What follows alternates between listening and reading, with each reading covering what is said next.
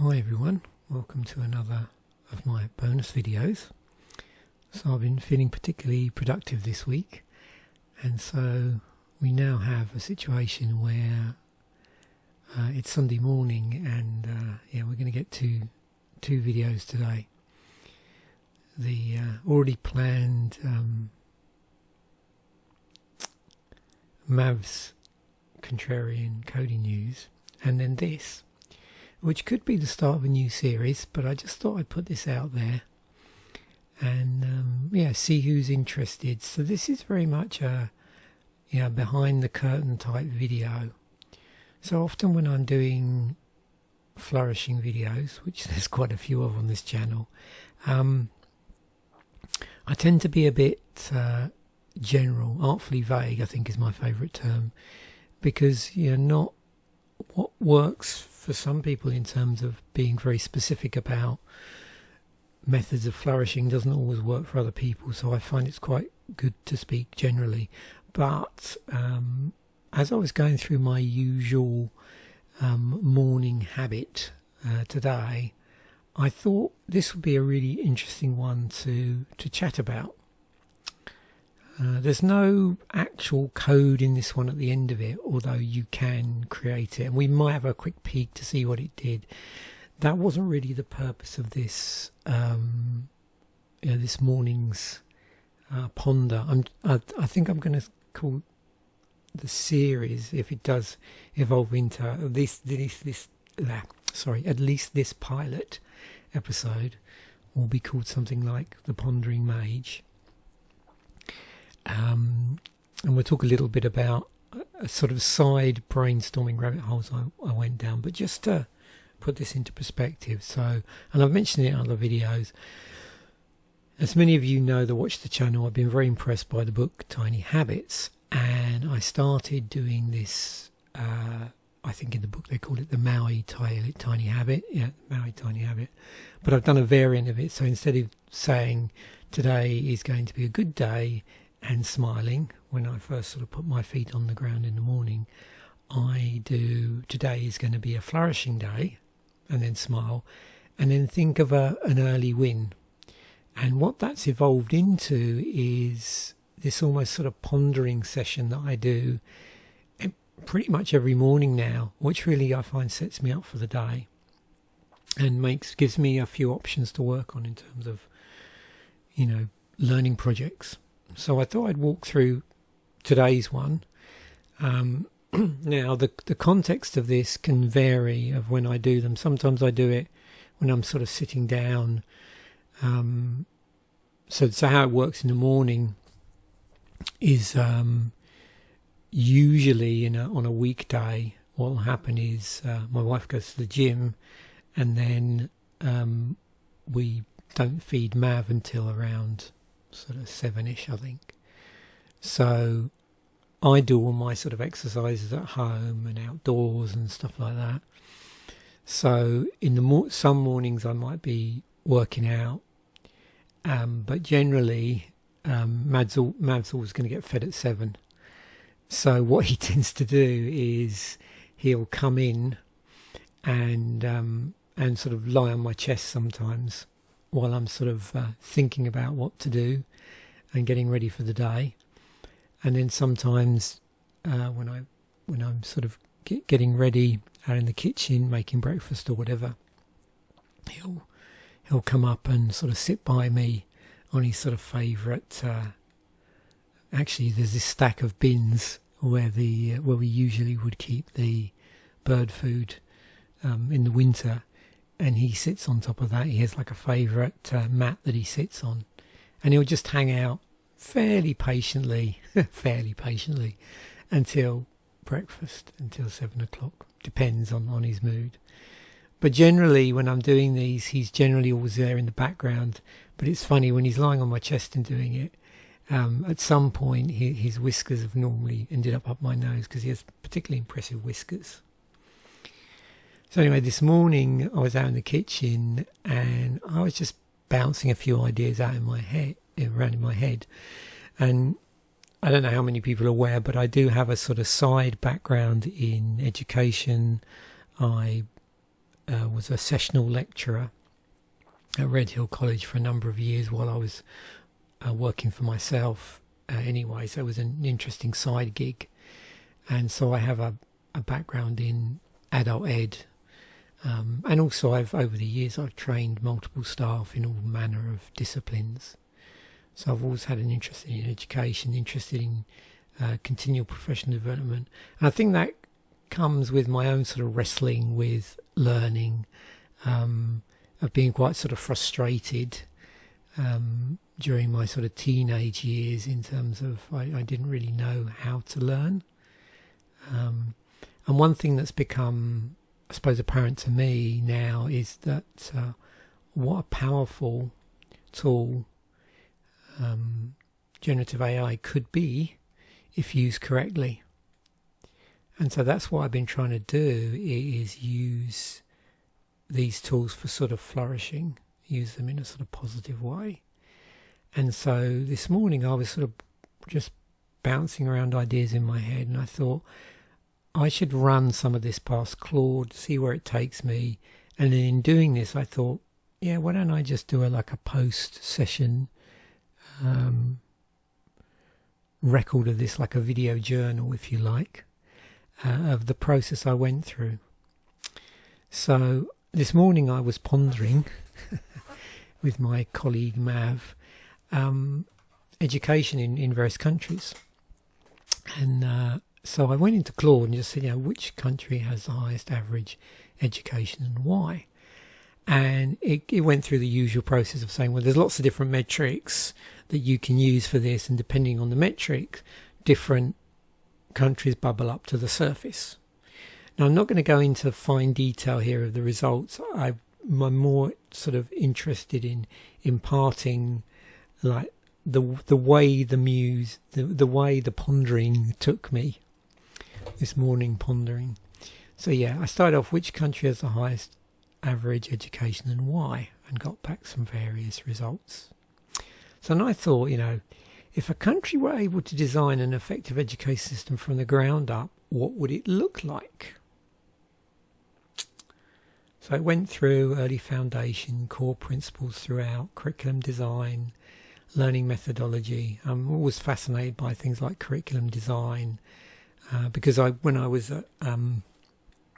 lecturing at East Surrey College, although we used to have a specification in terms of what we had to include in our curriculum in order to meet the requirements of the awarding body that I was sort of teaching under, if you like, because I was teaching on a certificate in management studies and a diploma, specifically information management systems, information systems, and some project management stuff. So with that in mind, I still had flexibility in how I delivered that. So I'm always fascinated in how you take a specification and then build your own personality or build your own delivery method into that, while still maintaining sort of good quality control methodology. And so it's always interesting to see the various learning methodologies that you can adopt. So then the next question that came to mind is, here's a theoretical model that Claude has proposed, and I could have used, as you can see here, I tend to bounce around between, at the moment, Google AI Studio, Google Gemini, which has sort of access to the same models, but in some ways, the interface,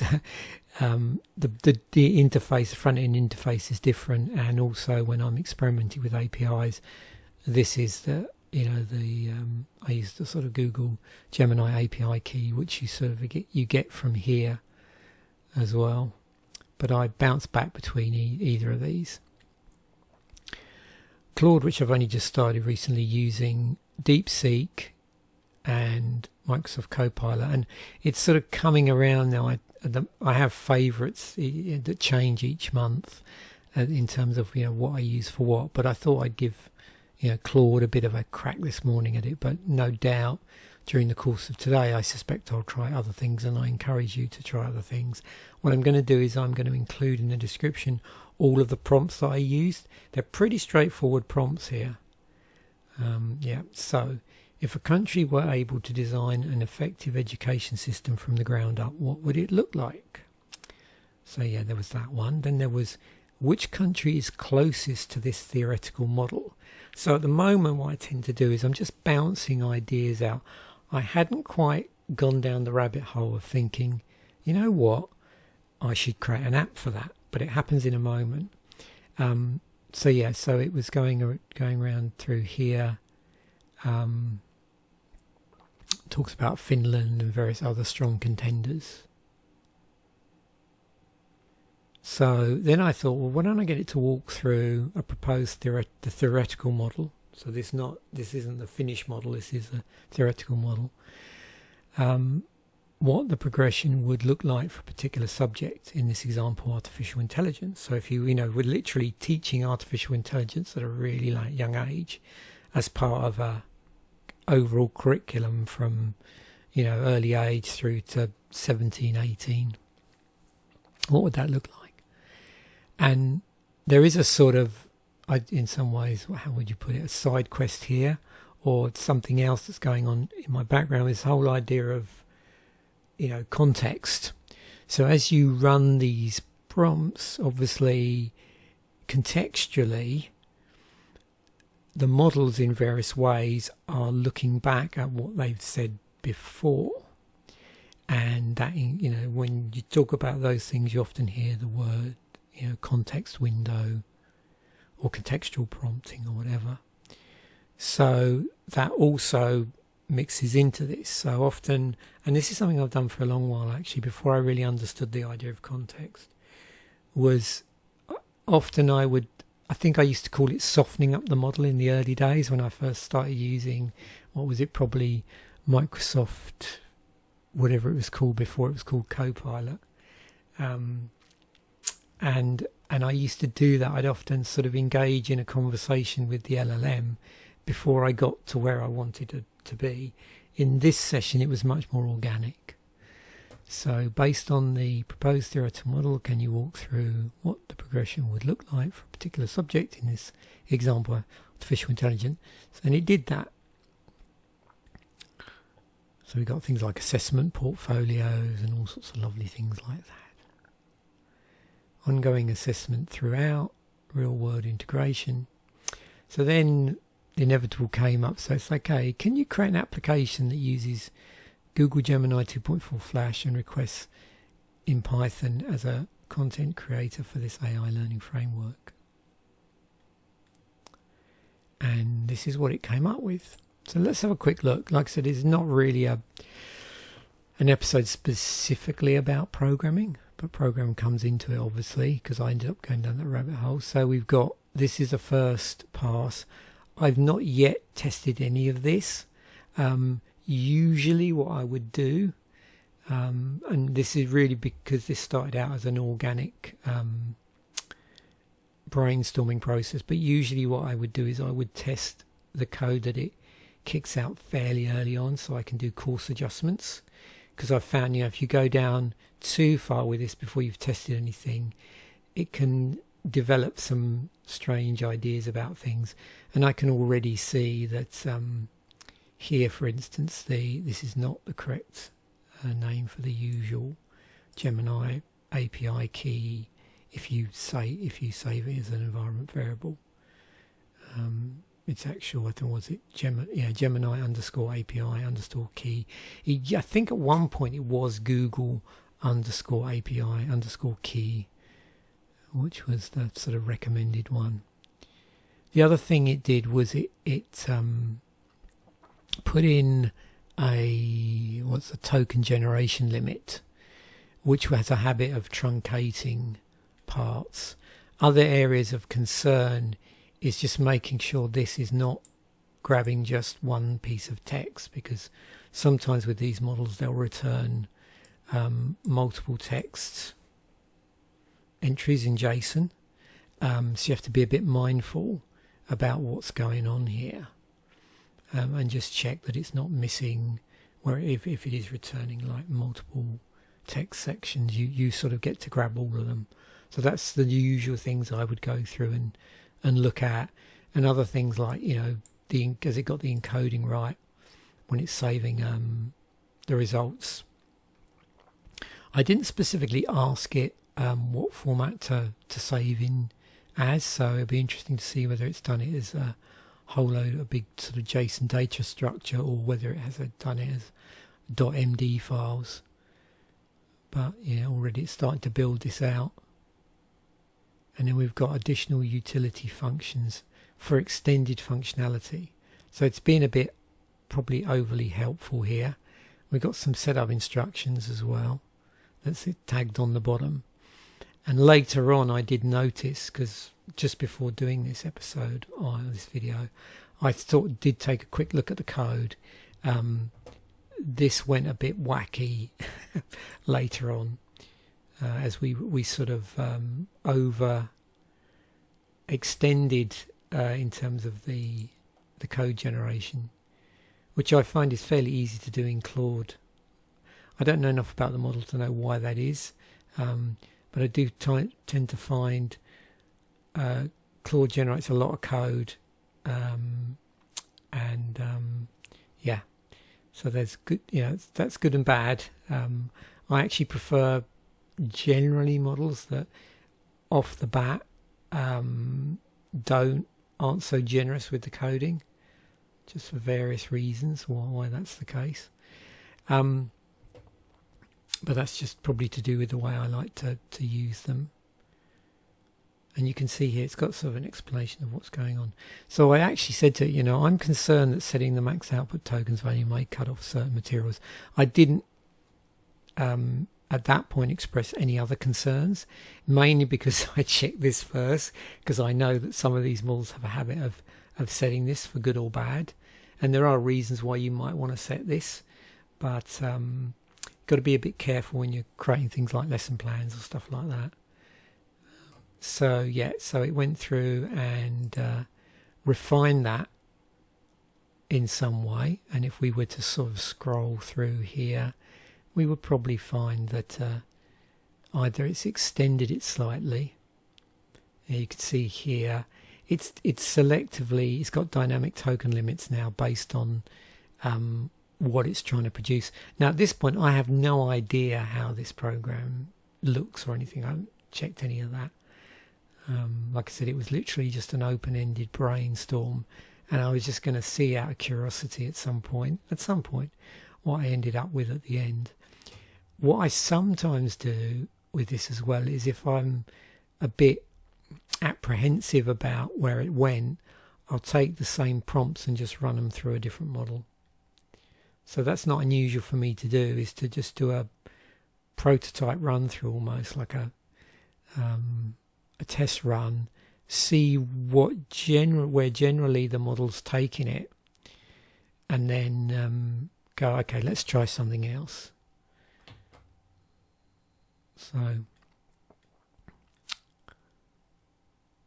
where are we? So here we go. Yep. So we did the max tokens concern, and we got some usage examples here as well. And then I said, like, what might a version of this look like that could handle any subject? And so in some ways what I'm doing here is I'm sort of going through with this thought experiment, and using, you know, an LLM to create code to play around with that thought experiment. But that wasn't that's the interesting thing with when I do these, that wasn't really my goal. A lot of these, like morning habits, these morning ponders, are very open-ended. It just normally starts with some sort of question of like a what if, or a, I wonder what if this was true, or you took this and then say, okay, can you produce an application that does that thing, and then see where that takes me. So we've got some it's getting really fascinating here. There's even some stuff in here, I don't know if it already mentioned it, to do with, yeah, Bloom's taxonomy. So that's cool. So we have a universal education creator. Now at this point, it realized that this was getting pretty long. And obviously there's you can see here, it actually chopped it off. So I said, did I want to continue? So I said, oh, yes, please. Now that's when things went a little bit wonky when I checked this afterwards. So we get down to the end bit where it added after main. There was a section where it had sort of, you know, here's some extra ideas, and that's got a bit weird. So when I pasted that just before I was going to shoot this video, because like I said, this wasn't really intended as a necessarily a coding video, just more about, you know, my morning pondering habits. But I thought I couldn't resist as part of the video, just pasting it in just so I had to show you. So we'll see if I can quickly fix this. If I can't, I can't, because it was never an intention to turn this particularly into a coding video. But let's just assume, okay, we're making a big assumption here, that this bit down here is spurious to requirements. So that has made all of our error messages go away, but I've still got no, I mean, I know how bits of this code look by just looking at it and going, yeah, oh, I can see here we've got the payload, and through just doing, like, I've lost count of the amount of you know, Gemini based wrappers I've done now. And so probably I would need to test this. Now I do have the benefit of having that what did I call it, refactor software, which you probably yeah, the video should go out soon for that. So I have a program I've been working on which does sort of critical analysis and various other things of code using, again, generative AI. So I could feed it through that actually and get it to critique the code. But you can see already we've hit up a bit of a snag here actually when I ran this earlier. So let me just save that. I'll do it again and you'll see what the problem is. It's the one I pointed out actually. So we've got an issue with the Gemini key. Now I do have a Gemini key on here. So what I've got to do is find the bit in here, and it was near the top, wasn't it? I think, as you can see, we've got all these various lists and dictionaries of lists and lists of dictionaries where everything's sort of stored. And you can see there's some quite elaborate prompts going on here where we're on the fly dispatching certain additional content information as well. I don't know if you can see that. It's appending it to the base prompt. Now one thing here this doesn't check for is contextually our token count is probably going to get pretty large on the prompts. So that would be something I would be a little bit concerned about when I come to sort of check through all of this. You can see the base prompt is getting super large. Also, I'm not sure at this point, we don't seem to have, and I'd have to check all the key pairs here. I don't know where we stand on search grounding or thinking, which I can add in. It's pretty easy to add in.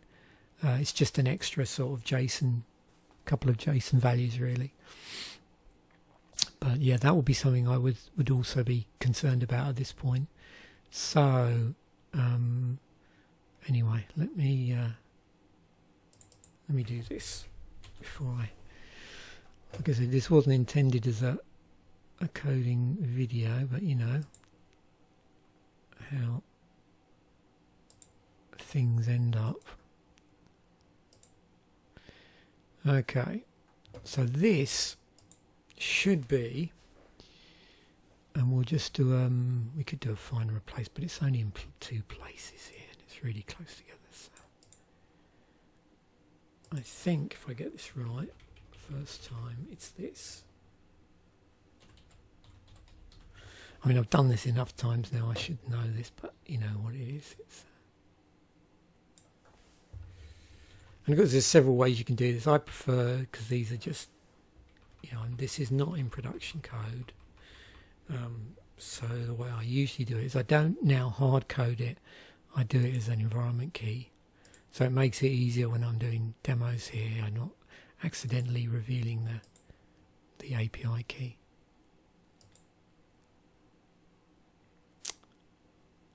Interesting. So it doesn't look like, yeah, I can see what's happening here. So I wanted something where I could select different categories. What it's doing, I don't know if you probably can guess here, but it's actually going through a broad curriculum here and generating some stuff. So I would probably want to refine this so I can do it for specific areas. But it's interesting to see it do this, like create like this sort of general, yeah, semester long skill progression framework, 11 to 14. Yep, so we've got bits, clearly we've got bits missing here, which I'd need to flesh out. But anyway, that's really what this was about. This video is, I just want to do a few more videos where I sort of talk about you know, the sort of preliminary process that I go through, the sort of this process of basically chaining tiny habits into slightly bigger projects. So, but yeah, always interesting when you know, I'm doing, this is sort of almost like blind vibe coding, where I'm doing this, but I'm not. Interesting. Yeah, it's doing its own thing here. So it will be interesting to see where it goes with this. Well, okay. Cool. No doubt I'll be working on this next week actually and just seeing where it takes me. Oh no, we've got, oh, that's curious. Yeah, I'll have to see the way in which it's flicking through this. It looks like it's all over the map. But, yeah. Sometimes it's fun when you don't quite know where it's going to go. Wow. 11 to 14. Phys Ed. We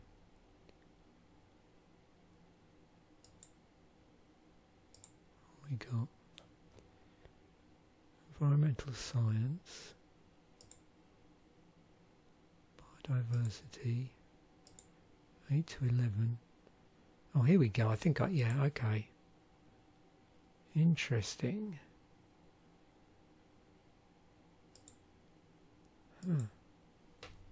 Wow. Yeah, I definitely need to look at the coding logic here. Anyway, if you want me to do more of these sort of general, like I said, I think I'm going to call them something along the lines of pondering. In fact, I did brainstorm something else. Let's have a quick look at that. So, yeah.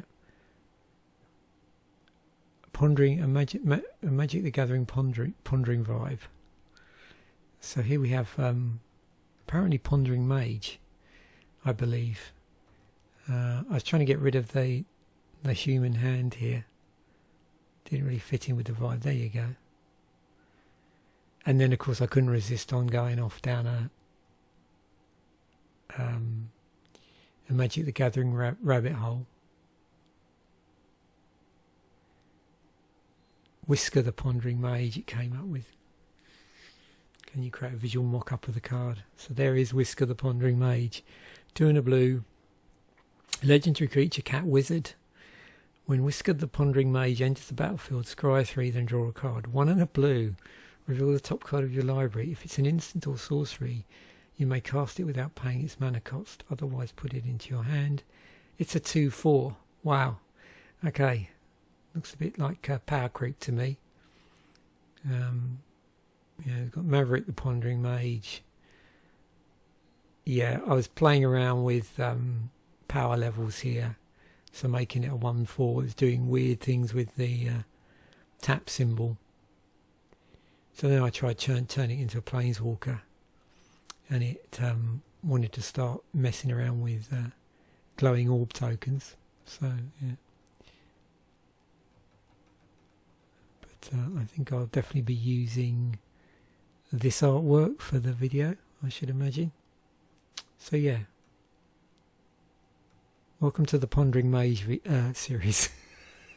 Anyway, like I said, I don't know yet. I think in the comment section, if there is stuff like this you want me to do, a little bit more sort of laid back in approach, I am going to do a video on pondering as part of the Sparking Joy series, because I think it's an interesting, flourishing, technique that I use. So thanks once again for watching. Bye for now, and I will catch you in a future video.